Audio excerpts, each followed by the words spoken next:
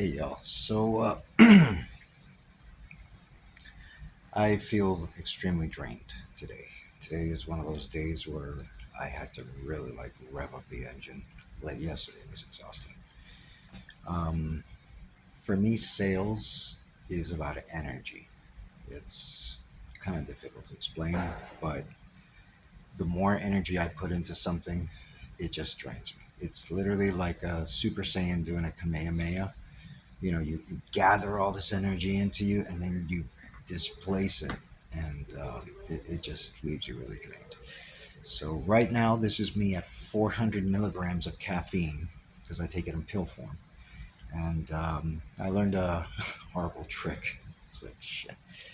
If you ever want to get into meditation to control your heart rate with a stethoscope, put it on your heart. The problem that I found with that kind of stuff is once I take control of my heartbeat and able to speed it up and slow it down at will, I can't turn it off. Like you take it out of autonomic and you put it on controlled, and then it's like I started like dozing off because you're in a meditative state. And every time I was going to about to fall asleep, it's like I would feel my heart just dump, and it jars me back to, so it's almost like giving myself panic attacks for no reason. So it's like I don't like doing it, but I am able to control my heart rate to a certain extent. Like if I'm working out, I'll work out, put my finger on my throat, and I'll, literally just bring it back down to a reasonable point. I don't like doing it because again, anytime you take any one of your autonomic functions and put it on controlled, it is extremely difficult to put them back to autonomic. But anyways, yeah, I'm going to be working on this art piece today. So I got the paint on there. And the idea is to do everything with like a Curlian energy around it. So I got some markers here and I'll try to figure out how to do it. Anyways, so there's another poster that I want to do, which is an art piece regarding the pole shift.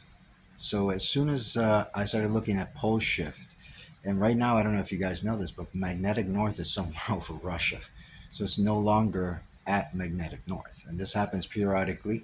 The poles will shift, and really nobody knows why, but it's like it's the same phenomenon that happens in space when you spin a top. I forgot what the hell they call it. It's named after some Russian guy. So you spin a top, and what happens is it'll spin a little bit, and then rotate and spin a little bit, and then rotate and spin a little bit, and rotate and spin. That's the same shit that's happening inside the Earth. So it could be, this guy with the whole Earth crust displacement. He might have been right. So, anyways, I have a question for scientists. So the pole is shifting, right? So right now, you have our poles, which are off axis, and the magnetic waves come this way, and it's facing the sun, and this it kind of creates this barrier around the Earth. So my question is, the fuck happens when those poles, magnetic north and magnetic south, run alongside the equator? Rotating around. Wouldn't that funnel all the hard stuff from the sun directly onto the Earth's surface? Um, Anybody thought of that? Anybody pondered that? Yeah. I mean, what happens instead of the poles being like this once they're here, and we know that this thing happens slowly, what happens when the Earth is rotating around and faces directly the sun, and all that shit gets funneled right onto this Earth's surface? Extinction level event, maybe? I don't know. Another thing that's kind of horrifying to think about is all these near Earth asteroids that are going to pass so ridiculously close to the Earth. Now, understand something. If these were comets, it wouldn't be a problem, because what we found with the comets is that the ice acts almost like a concrete. It keeps everything solid, and then it gets closer to the sun, and then that ice melts and you have outgassing. But from what we've learned from the redirect and Bennu and all these asteroids, is that this stuff is not anywhere near solid.